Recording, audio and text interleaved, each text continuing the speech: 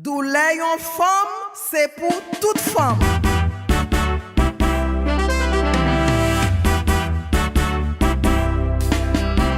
Have to realize that this is Senator Campbell is a symbol, not just any elected official, but she's a symbol for the Haitian-American community. I think if law enforcement did their job, I think that she would have been, I think charges should have been filed by now. I don't mind saying that.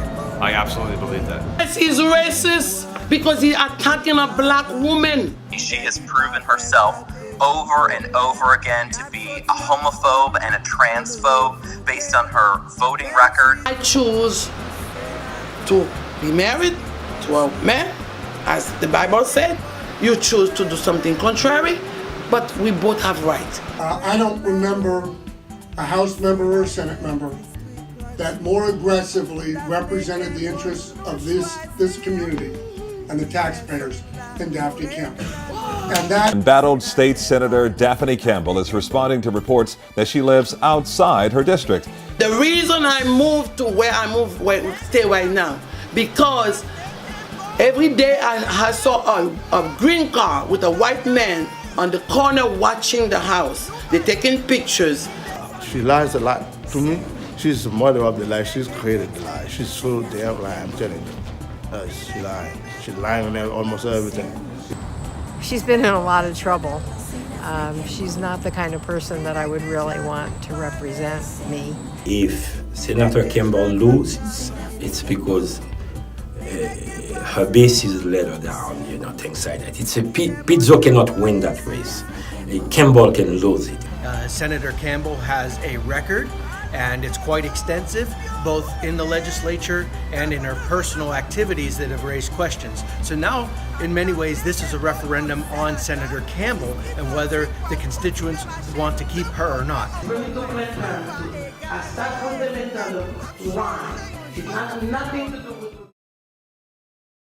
Our story starts a few days after Hurricane Irma made landfall in Florida.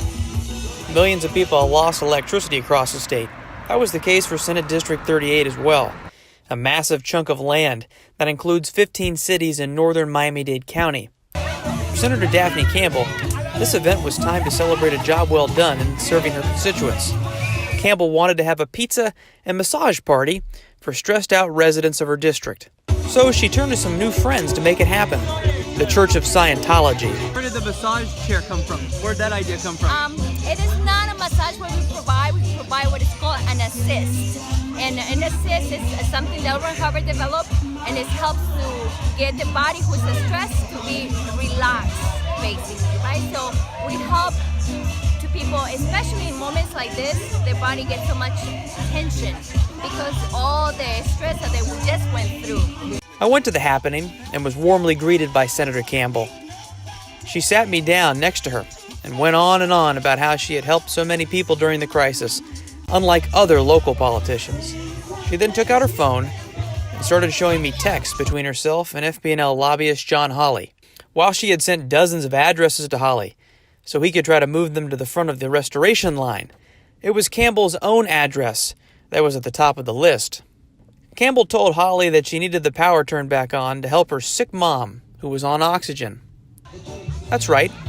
Campbell tried to use her connection to an FP&L lobbyist to turn on the power at her home.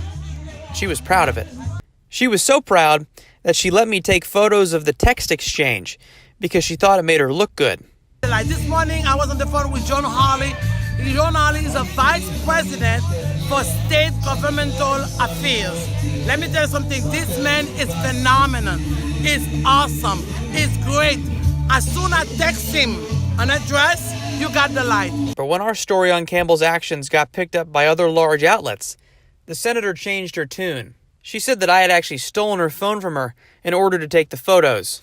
Of course, this accusation was quickly dismissed, as in each of the photographs, Senator Campbell's hand is clearly seen holding the phone. In short, Campbell was lying because she got caught. But just when you think the story couldn't get any weirder, it does. State Senator from Miami is speaking exclusively to Local 10 tonight about why she demanded that power be restored to her home right after Hurricane Irma. Daphne Campbell said at the time that her sick mom needed the power back on, but it turns out her mother had been dead for years. Daphne Campbell was born in Haiti in 1957. She came to the U.S. in the 1980s and made her way to Florida soon after. She became a nurse and helped her then husband, Hubert, start a series of group homes around the state. According to Campbell, the group home business was a lucrative one for the family. But after the financial downturn and her son's guilty plea for a Medicaid fraud charge, Campbell now calls herself poor. She was elected to the Florida House in 2010 and was re-elected twice.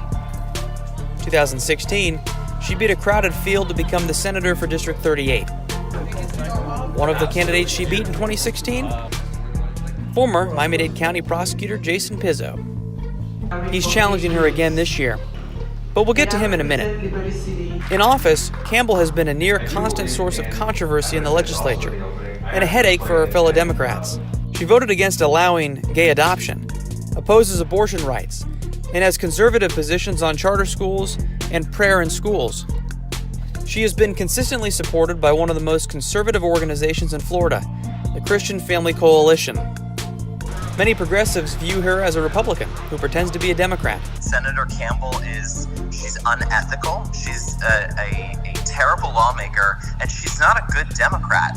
At this point, when Democrats are trying really, really hard to win some Senate seats so that we can finally take over as the majority party in the Florida Senate, what good is that going to do if one of our Democrats consistently votes as a Republican? Even the chairman of the Miami-Dade Democratic Party has some strong doubts about Campbell's loyalty to the party. Recently, a flyer urging Republican voters to vote for Campbell in District 38's open primary was suspected to have come from Campbell's campaign. Campbell was asked to come before the party's executive committee to explain herself, but she didn't show.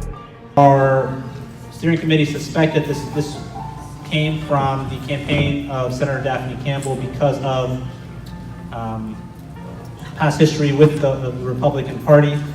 I think, this was a very important opportunity for her to come and address some of the issues that the steering committee had raised in their letter to her regarding putting to rest any issues about whether her support for the Democratic Party extends beyond just,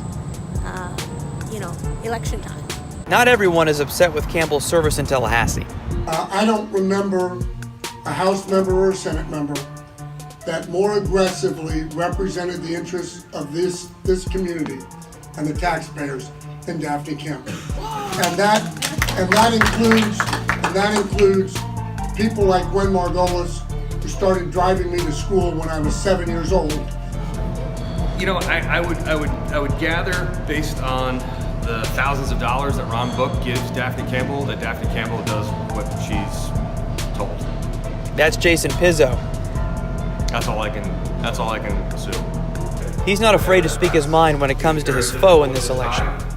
Unlike Campbell, Pizzo is progressive on social issues and promises to be an ethical leader. Measure of your character in times of struggle or in times of tragedy, and when we were all struck by the hurricane and we all lost power, she texted an FPL lobbyist to get her electricity back on. I mean, come on. If that isn't a misuse of public position, if that isn't a disappointment to those that are supposed to serve the public and the public interest and the public good, it's really time for her to get out of the way. But he's also running on a platform that is seen by some liberals as being too heavy on law and order issues. Another significant factor in this race is race. The district's demographics are roughly split 1/3 white, 1/3 Hispanic, and 1/3 black. A large percentage of the black residents in the district are Haitian-American. Pizzo is white, and Campbell is the first ever Haitian-American who was elected to the state Senate. She's a historic figure.